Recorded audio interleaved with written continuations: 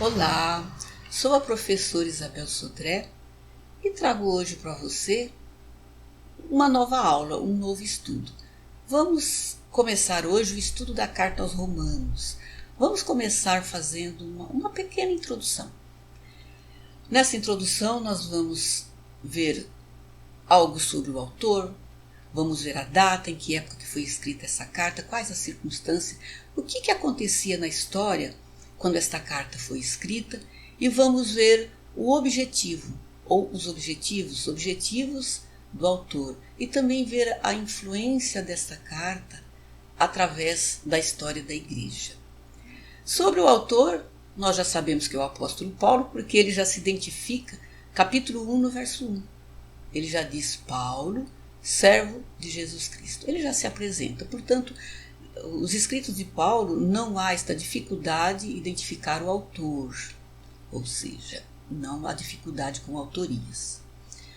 E o apóstolo Paulo, nós vamos ver o caráter dele, lembrando que ele surge na história, ele surge na Bíblia, não como Paulo, como Saulo, um perseguidor da igreja, um jovem judeu, fariseu, um grande perseguidor dos cristãos.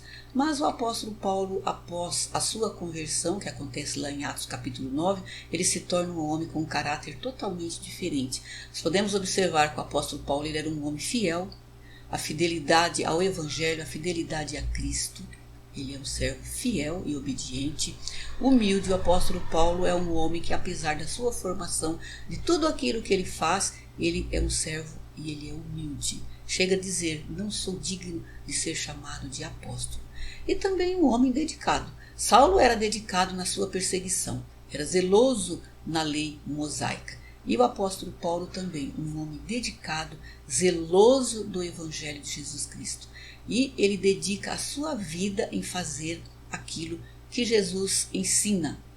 Levar o Evangelho, o testemunhar de Jesus Cristo até os confins da terra. E o apóstolo Paulo faz isso por toda a sua vida. De que maneira que ele se apresenta? Nós vimos que em Romanos capítulo 1, no verso 1, ele se apresenta como servo. Paulo, servo de Jesus Cristo, chamado para apóstolo, separado para o Evangelho de Deus. Ele já se apresenta, mas em primeiro lugar ele só se coloca como servo. Já em Gálatas, capítulo 1, no verso 1, ele diz, Paulo, apóstolo, não da parte dos homens, nem por homem algum. E realmente, o apóstolo Paulo, ele não foi chamado por homem algum para ser apóstolo. Ninguém o intitulou. Lembrando lá em Atos 9, que quando o jovem Saulo está indo para Damasco, ele é interceptado pelo próprio Senhor Jesus Cristo, que diz a ele, Saulo, Saulo, por que me persegues? E Saulo, ali tem uma mudança, uma transformação de vida, realmente ele se torna um novo homem, uma nova criatura. E a partir daí, ele é realmente aquele servo fiel, obediente, humilde e dedicado ao Evangelho de Jesus Cristo. Já em Filipenses também se apresenta de uma maneira diferente. Paulo e Timóteo, servos de Jesus Cristo, simplesmente assim. A todos os santos em Cristo que estão em Filipos, ou seja, ele nem acrescenta título, ele não se coloca acima de Timóteo, os dois são servos de Jesus Cristo. Em Filemão, ele se apresenta também no capítulo 1, no verso 1, Paulo, prisioneiro de Jesus Cristo, também, simplesmente desta maneira. Ele poderia até se engrandecer. 1 Coríntios, a primeira carta que ele escreve aos Coríntios, capítulo 15, verso 9 e 10, ele chega a dizer, porque eu sou o menor dos apóstolos, que não sou digno de ser chamado de apóstolo, pois persegui a igreja de Deus. Ele reconhece o seu erro.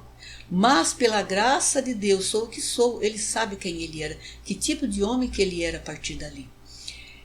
E a sua graça para comigo não foi vã. Antes trabalhei muito mais do que todos eles. Todavia não eu, mas a graça de Deus que está comigo. O apóstolo Paulo, então, ele sabia do seu trabalho, sabia quem era ele. Como ele diz, trabalhei muito mais que todos eles. Onde estavam os apóstolos? Atos capítulo 8, verso 1, diz que eles ficaram em Jerusalém. E o apóstolo Paulo então começa a trabalhar. Faz a sua primeira viagem. Ele, junto com Barnabé, ele é separado, os dois vão, leva João Marcos com eles. E eles vão para por terra, eles passam na ilha de Chipre, deixam ali uma semente do evangelho, vão para a região da Psídia, Antioquia da Psídia, a região de Derbe, Listra, Icônio. Eles passam por esses lugares, deixando ali a semente plantada. Ali ele é perseguido, apedrejado, mas a sua missão foi cumprida. Ele volta à igreja que o envia, ele volta para Antioquia da Síria. E depois dessa primeira viagem do apóstolo Paulo, surge então o concílio de Jerusalém, onde os judeus, mais precisamente os fariseus, começaram a ensinar que a salvação não era apenas em Jesus Cristo. Tinha também que, para ser cristão, precisava também ser circuncidado e fazer observância da lei de Moisés. Isso trouxe assim uma contenda, e a igreja da Antioquia da Síria envia Barnabé e Paulo a Jerusalém, onde estavam os discípulos, ou melhor, os apóstolos de Jesus e os anciãos, ali para que eles fizessem esse concílio, essa reunião, e chegasse a uma determinada definição sobre esse problema. Resolvido esse problema, ele volta para a igreja da Antioquia da Síria e ele vai sair para uma segunda viagem. O apóstolo Paulo vai fazer sua segunda viagem, dessa vez ele vai por terra, levando consigo Silas, passa novamente na região de Derbe, de Listra, de Icônio, para confirmar por ali as igrejas onde ele já havia deixado. Dali ele segue, viaja, levando consigo Timóteo, encontra Lucas em Troade e eles vão para a região da Macedônia, região de Anfípolis, de Filipos, de Tessalônica, Bereia. Passa por ali também uma perseguição ao apóstolo Paulo, mas ele deixa semente também plantada, as comunidades, e ele desce para a Grécia, mais exatamente Atenas. Depois dali ele vai para a região da Caia. A Caia era uma região onde a cidade capital era Corinto. Ali o apóstolo Paulo deixa uma igreja, a igreja na cidade de Corinto, passa em Éfeso, passa depois na região da Judéia e volta para Antioquia da Síria, a igreja que o enviava. Depois dessa segunda viagem, ele faz ainda uma terceira viagem, uma viagem longa. Nessa terceira viagem ele passa pela região da Ásia e vai mais exatamente a Éfeso, onde ele fica ali 3 anos. Uma cidade que acontece um grande avivamento, uma cidade que tinha um templo, uma cidade pagã, e ali tinha um templo dedicado à deusa Diana, e ali há uma grande conversão. Ele fica cerca de 3 anos nessa cidade fazendo trabalho, mas não deixa apenas plantada a igreja em Éfeso.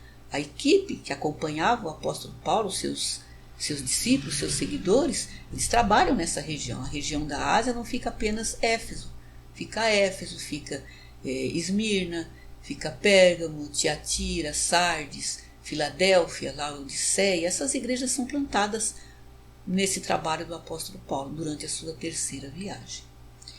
E o apóstolo Paulo não apenas plantava as igrejas e deixava ali abandonada. Ele fazia realmente o trabalho do apóstolo, que era plantar as igrejas, implantar a doutrina dos apóstolos. Ele deixava ali as doutrinas plantadas também, e ele voltava para visitar, e se houvesse alguma coisa que chegasse sobre ele, sobre alguma heresia, algum erro, algum entendimento errado, ele fazia a correção. Ele cuidava da doutrina das igrejas. Se não dava para visitar, o apóstolo Paulo escrevia. Ele enviava carta corrigindo os erros nas igrejas. Das 21 cartas do Novo Testamento, 13 cartas são do apóstolo Paulo. Nós podemos observar que ele escreve mais da metade das cartas do Novo Testamento. E lembrando que ele escreve lá em Romanos, capítulo 5, no verso 20, ele diz: veio, porém, a lei para que a ofensa abundasse, mas onde abundou o pecado, superabundou a graça. Para que, assim como o pecado reinou na morte, também a graça reinasse pela justiça para a vida eterna. O apóstolo Paulo foi um homem que começou errado, mas faz um grande trabalho. Então, portanto, das cartas, as cartas do apóstolo Paulo são as doutrinas para as igrejas cristãs. Mais da metade foi escrita pelo apóstolo Paulo. E a data, essa carta ela foi escrita aproximadamente entre 56 ou 57 depois de Cristo. E quais eram as circunstâncias? O que acontecia quando esta carta foi escrita? Essa carta foi escrita já no finalzinho da sua terceira viagem, quando ele já sai de Éfeso, passa pela região novamente da Macedônia, desce a região da Grécia. Está lá em Atos capítulo 20, no verso 3. Ele fica ali cerca de 3 meses nessa região, mais precisamente na região da Caia, na cidade de Corinto, a igreja de Corinto. Alguns dizem que esta igreja deu um trabalho muito grande ao apóstolo Paulo, mas era uma igreja que ele amava muito. Portanto, ele fica esses 3 meses nesta região. Diz que ele passou ali cerca de 3 meses. E ele fica ali na casa de Gaio. Ele se deixa isso identificado no capítulo 16, no verso 23. Ele diz: sauda-vos Gaio, meu hospedeiro, e de toda a igreja.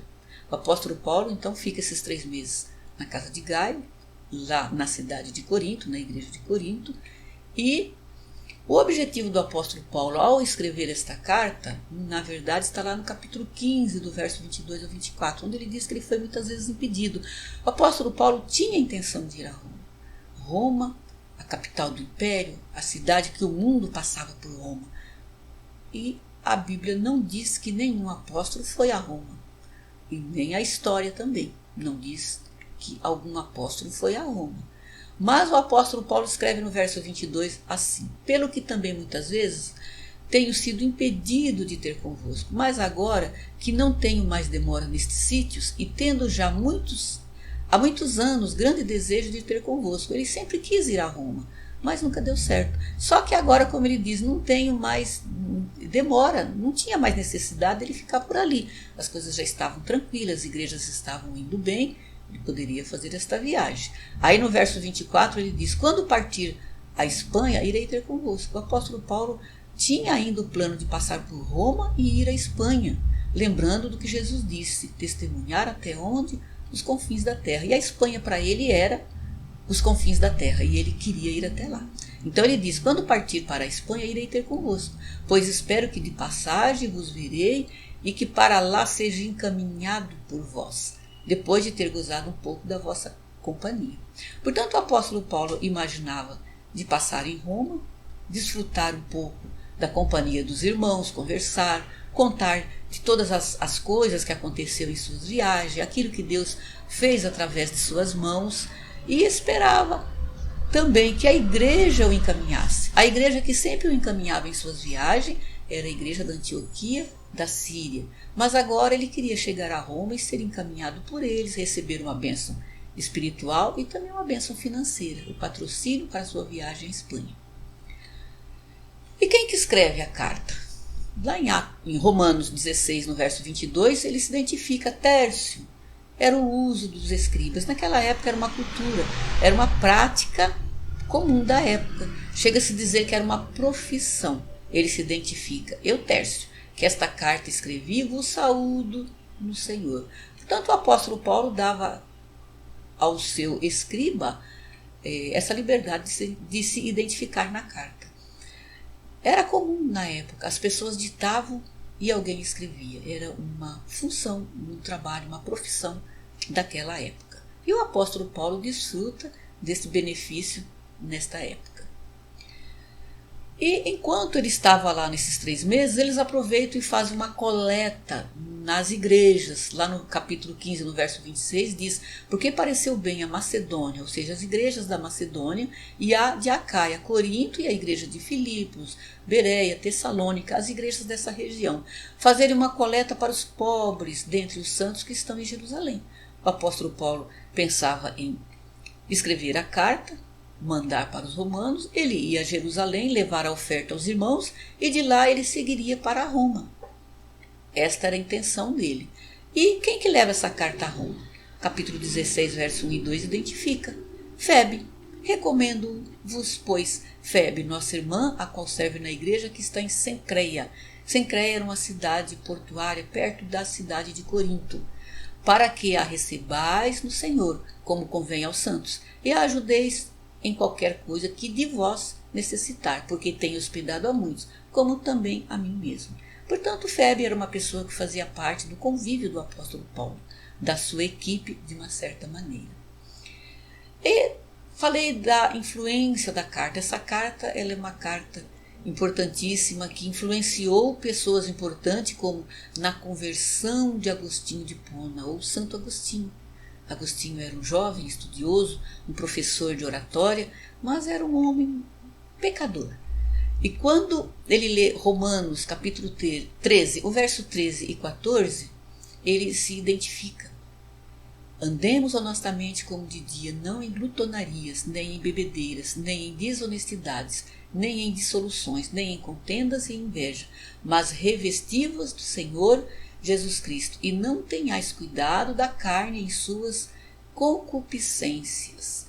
E esse verso vai de encontro ao coração de Agostinho, porque ele era tudo isso.